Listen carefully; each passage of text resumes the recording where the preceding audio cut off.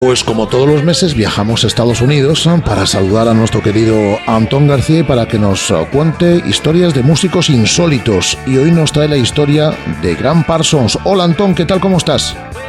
Hola Rafa, hola Guada y un saludo tanto para vosotros como para toda la familia de CIE. Es un placer estar aquí en el primer Músicos Insólitos del 2020. Como tú dices, hablando de Gram Parsons, a mí siempre me ha gustado el country. De hecho, hace muchos años, cuando yo tenía 17, 18, 19 años, en Radio ECA en Vigo hacía yo un programa de música country que se llamaba Country Club y en él muchas veces ponía a este hombre, a Gram Parsons.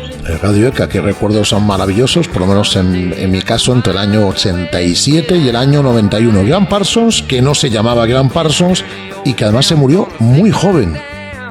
Sí, fue un músico de vida breve, intensa, con discos que en general no tuvieron un gran éxito de público, pero a menudo sí de crítica. Fue miembro de grupos importantes como los Byrds, los Flying Burrito Brothers, y después grabó, por supuesto, 2 discos en solitario, pero lo que hizo fue ayudar a crear y a definir lo que se conoció como el country rock. Y su vida, que como tú dices, no duró más de 26 años, es más que interesante, pero lo que es insólito ya no es su vida, sino que es lo que ocurrió después de su muerte en el año 1973. Y entonces hablaremos un poco de su vida y después nos centraremos en qué ocurrió después de su muerte. Uy, estaba yo consultando un poquito de información y veía yo por aquí Jacksonville. Sí, bueno, vivió un tiempo en Florida. De hecho, fue en Winter Haven, en Florida, donde nació en el año 1946, en una familia adinerada, pero que tenía muchos problemas psicológicos y de alcoholismo, y esto le dejaría secuelas importantes al propio Gram Parsons. De hecho, y su apellido, de hecho, lo va a tomar de su padrastro, no de su padre. De hecho, esa muerte prematura, por así decirlo, tan joven, es de sobredosis. Sí, de sobredosis de morfina, y llegaremos a ello, pero claro, esos problemas pues lo siguieron durante toda su vida. Su padre, de hecho, se suicidó cuando él no tenía más que 12 años, o sea que fue ya una infancia bastante difícil, a pesar de que, bueno, la familia tenía bastante dinero.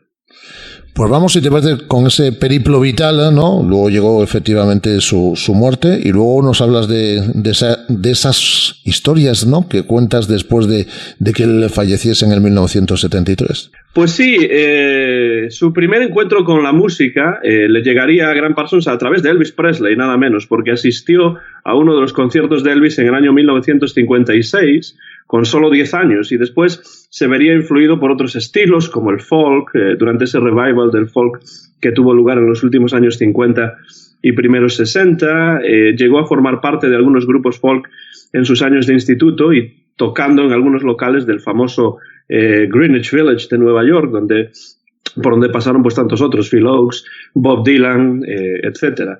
Además de salir de una familia que tenía dinero, era una persona inteligente y llegó a ser aceptado en Harvard, pero le interesaba más la música que la educación formal, y entonces prácticamente nunca asistió a clases en esa venerable universidad de la costa este.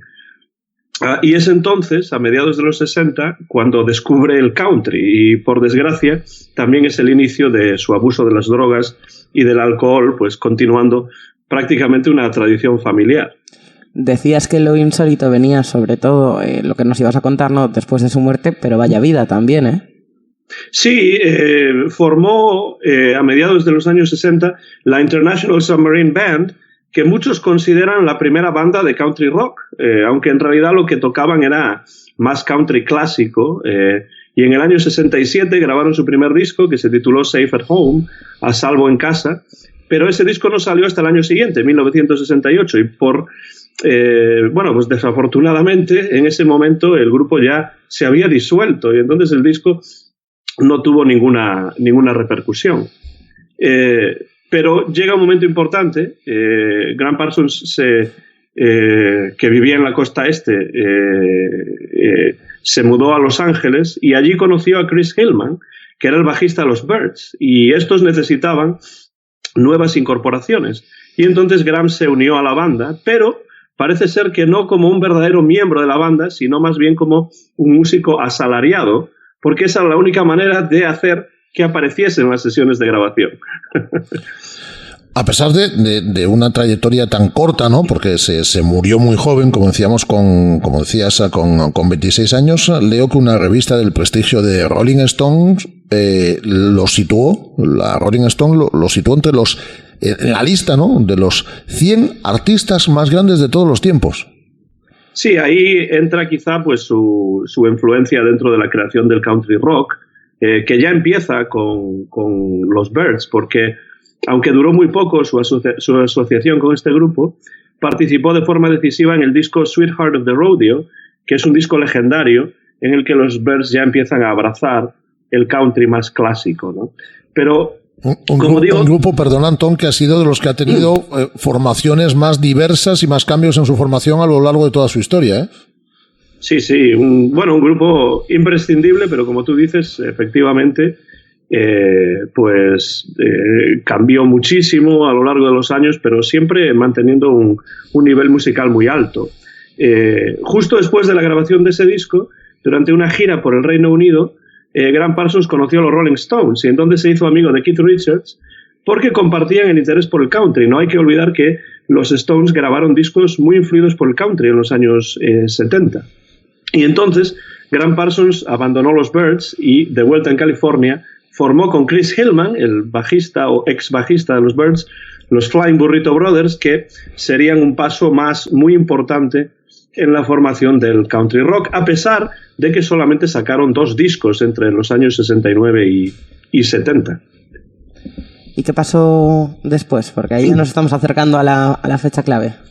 Poco a poco, sí. Estos 2 discos de los Burritos pues son interesantísimos. Una mezcla muy inteligente de diversos estilos, como el country, el soul, el rock psicodélico, el gospel, etcétera, ¿no? A Graham lo que le encantaba era el country más puro, pero se mofaba mucho de la estética, ¿no? Y solía aparecer con esos trajes llenos de lentejuelas brillantes, pero con motivos inspirados en la marihuana, en las drogas. O sea, la música que hacían los Burritos era excelente, pero era demasiado country para la radio rock y demasiado heterogénea, demasiado poco country para la radio country, ¿no? Entonces, el grupo no tuvo un enorme éxito a nivel popular, pero sí que dejó una impronta importantísima en la historia del country y del country rock. Claro que en esta época el abuso constante de las drogas no ayudaba demasiado a Graham Parsons y entonces acabó dejando la banda, que sobreviviría pues solo un año más sin él. También se casó en estos momentos con su única esposa, pero la relación, por razones que son bastante evidentes, también fue muy tormentosa desde el principio y pronto se separaron. Y entonces llegamos a finales del año 1971, Rafa y Guada, que es un momento muy importante en la carrera de Graham Parsons, porque es cuando conoció en Washington, en la capital de los Estados Unidos, a la gran Emmylou Harris y comenzó a colaborar con ella. Y cuéntanos entonces lo que sucede ya en esa, que coincide además con la parte final de su vida. Pues Emmylou Harris y él se entendían a la perfección musicalmente y entonces Graham Parsons graba sus 2 discos en solitario que se llaman GP o GP y Grievous Angel, publicados en Reprise, que es el sello creado originalmente por Frank Sinatra en los años 60. Los 2 son verdaderas joyas que todo el mundo debe escuchar, de una belleza enorme, de una calidad impresionante. El segundo, por cierto, es póstumo, porque se editó en 1974, después de su muerte en el año 73. Y en estos 2 discos, que recomiendo a todos los que estén escuchando esto, participan músicos legendarios de sesión de Nashville, como James Burton o Glendy Harding o Ronnie Todd, que solían tocar en la banda de Elvis en los años 70, nada más y nada menos, ¿no? De hecho, el tema que escuchábamos al principio de esta conversación contigo, Antón, pertenece a ese álbum GP y el que escucharemos después también.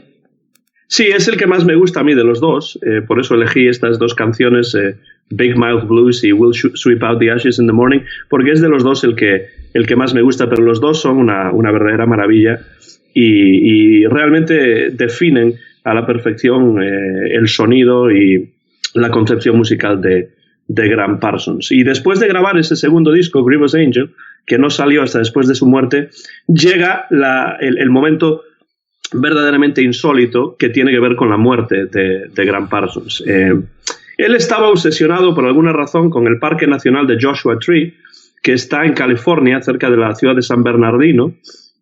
Y entonces, en el otoño de 1973, después de grabar este último disco, decide ir a visitar este parque con su nueva novia. Recordemos que estaba separado de su esposa y entonces retomó una relación con Margaret Fisher, con quien había tenido ya una relación en la época de instituto, ¿no? Y ahora se reencuentran y tal. Y entonces va con ella y con su amigo Michael Martin y la novia de este a visitar Joshua Tree. Y tras unas jornadas alocadas y llenas de alcohol y de drogas, Graham se inyectó morfina en su habitación de hotel y falleció, como tú decías, Wada, víctima de una sobredosis, el día 19 de septiembre de 1973, cuando tenía solamente 26 años.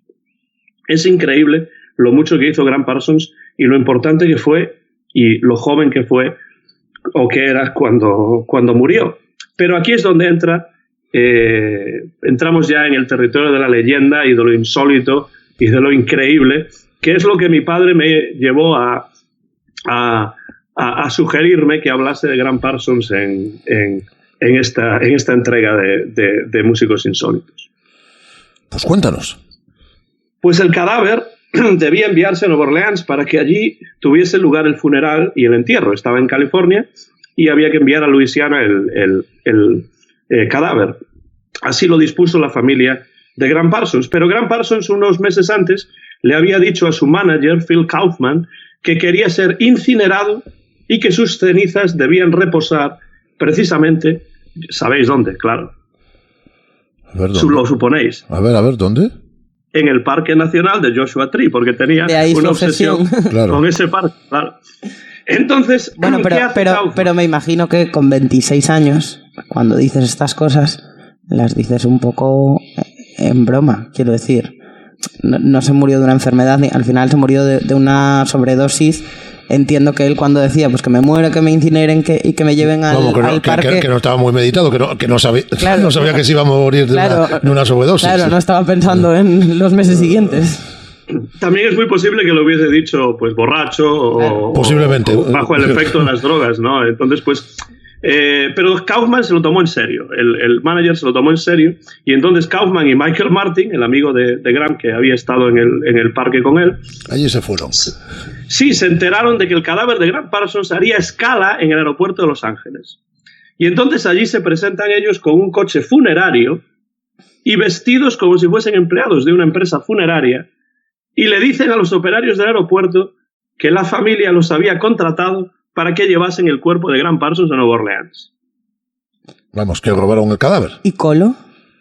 Sí, increíblemente coló, porque no tenían ningún documento que atestiguase esto, pero por alguna razón los operarios del aeropuerto, eran otros tiempos, claro, les creyeron y les entregaron el féretro con el cuerpo de Graham Parsons dentro. Algo absolutamente increíble que entra prácticamente dentro del terreno de la leyenda, ¿no? Y entonces, ¿qué hacen ellos? Llevan el ataúd con el cadáver dentro al Parque Nacional de Joshua Tree y allí le prenden fuego y lo dejan en llamas y se van. Vamos a decir, fue una incineración así muy deprisa y corriendo, ¿no? Sí, bueno, se había cumplido la voluntad de Graham Parsons, pero de una manera chapucerísima. Sí. Y además flagrantemente ilegal, porque robaron el cadáver, van ahí al parque, le plantan fuego con gasolina y lo dejan ahí en el medio del parque. Entonces pasa lo que tiene que pasar, claro, porque aunque eran otros tiempos, pues ciertas cosas pasan en cualquier momento de la historia, ¿no? Había unos campistas por allí, en el parque natural, y divisaron las llamas y llamaron a la policía, probablemente no con un teléfono móvil o algo así, pero se metieron en una cabina y llamaron a la policía y dijeron que habían visto a unos tipos huir en un coche funerario y que había ahí algo en llamas y tal, ¿no? Entonces llevó un tiempo, pero la policía consiguió arrestar a Kaufman y a Martin, que además estaban conduciendo borrachos.